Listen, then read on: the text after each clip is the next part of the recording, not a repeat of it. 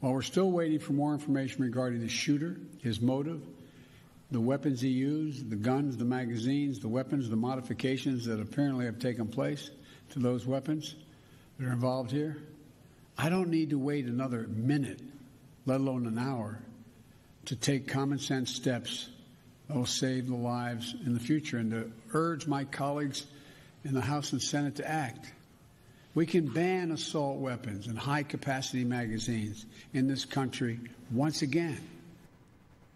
Who needs the facts when we've got a narrative that we have to push? Greetings, my friend. Sebastian Gorka here. This is America First on the Salem Radio Network. What is going on in the mainstream media right now after the Colorado shooting is the reason this radio show exists. After the murder of 10 individuals, including a police officer, Officer Eric Talley, God rest your soul. They want to defund the police. They want to call you racists. They want to compare you to Nazis. And he ran towards the sound of gunfire. He ran towards the murderer who was mowing down Americans. But who is this individual?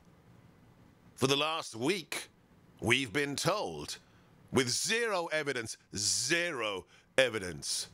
that a white man mowed down people because of white supremacy at massage parlors. Oh, really?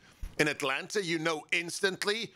But now, the president is already discussing the Colorado shooting, but couching it in terms of, we don't know. Why would there be such a difference? Why are the initial reports of the shooter being white from the mainstream media suddenly disappearing, being redacted, being dropped down George Orwell's memory hole? And why? This is really why we are here. Why were the initial reports this morning of the shooter's name so strangely edited? His real name, which is finally out, is Ahmad Al Aliwi Alissa.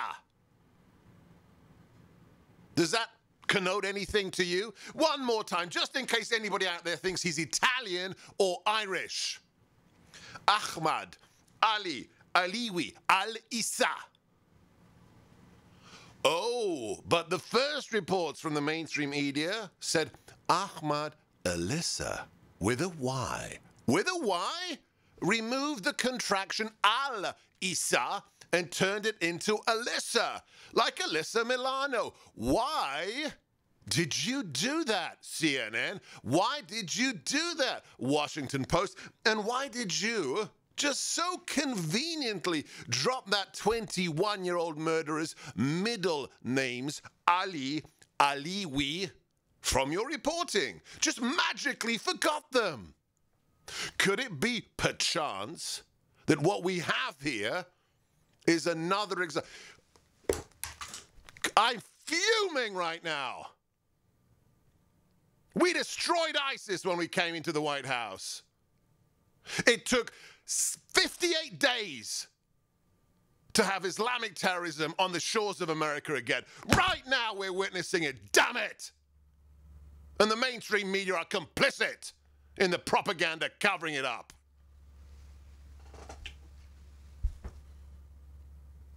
This man has a father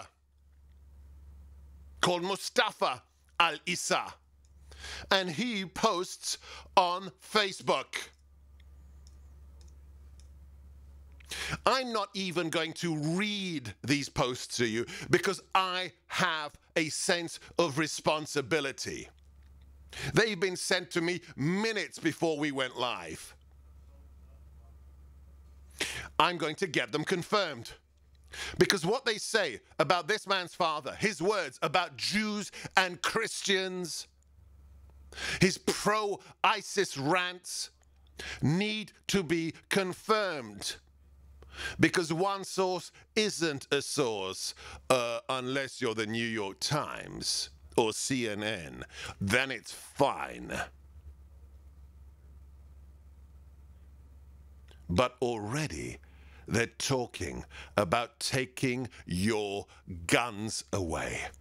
This is the man playing president right now in the White House just today. The bodies are still in the morgue, Biden, but that doesn't stop you from covering the truth of who's responsible and exploiting it for your own partisan purposes. Video cut 2.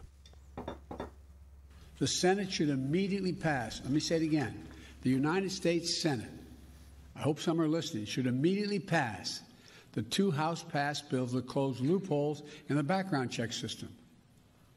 These are bills that receive votes of both Republicans and Democrats in the House. This is not and should not be a partisan issue. This is an American issue.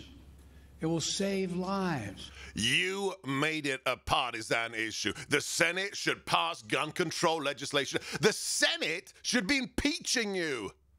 The Senate should be imploring members of the cabinet to invoke the 25th Amendment because you can't put a pen in your pocket. You're so addled and physically incompetent.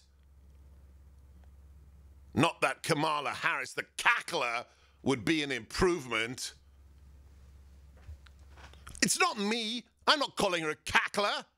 Video cut 8. There are children in cages, in pods on the border, but she doesn't care. Instead, she cackles. Cut 8. Do you plan to visit the border? Not today. But I have before, and I'm sure I will again. Not today! Does she have a soul?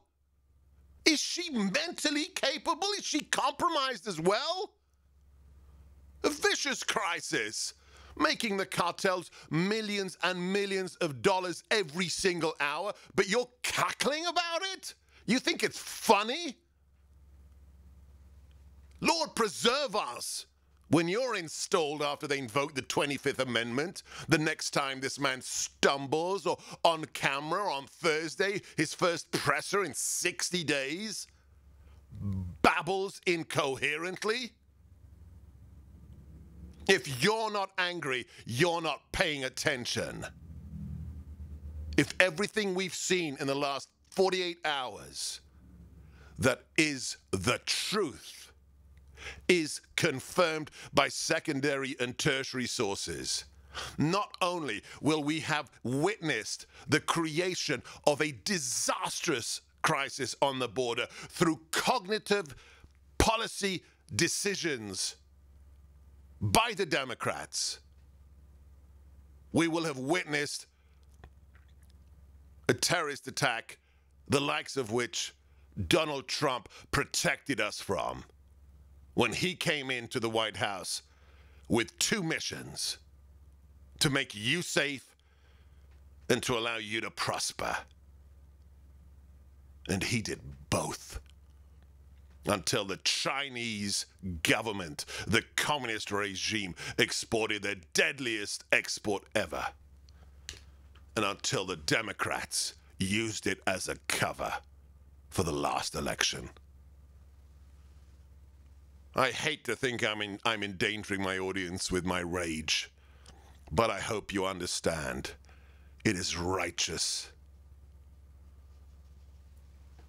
I'm Sebastian Gorka. Next, we will be discussing exactly that disease that was used as a cover with the one and only Gordon Chang, then Lord Conrad Black, and a very special guest in our 3rd hour. Stay tuned.